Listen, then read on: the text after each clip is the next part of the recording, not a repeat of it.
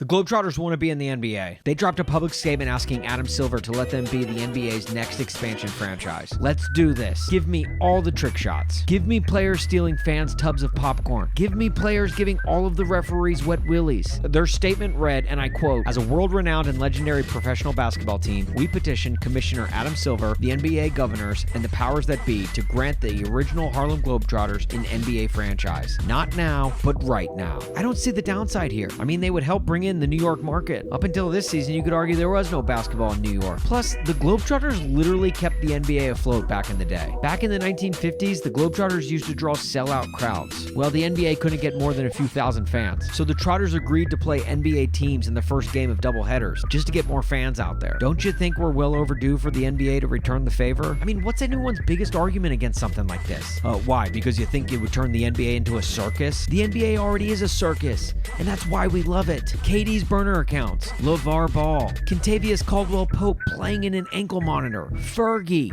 That a flag was still there. Oh, say. If anything, adding the Globetrotters would probably just bring some normalcy back to the league. I mean, this is a league that locked a player in his own house during free agency, and then did nothing but tweet emojis the rest of the day. This is the league where a player literally left the game in a wheelchair because he had to poop. I mean, the Rockets and Clippers found hidden tunnels under the Staples Center and nearly fought each other in them. And then there was Fergie. And never yet way.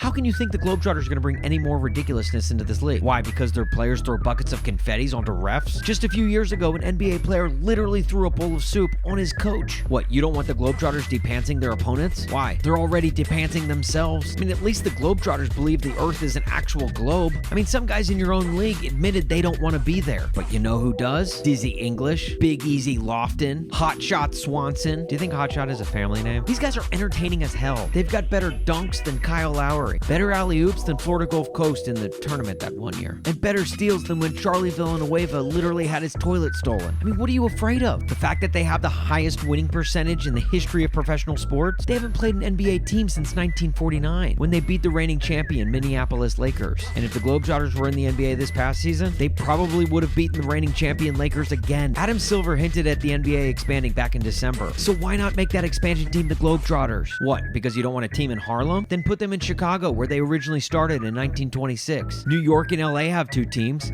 Give Chicago a second team. And then finally bring a team back to Seattle and name them the Washington Generals. Do it. Not now, but right now.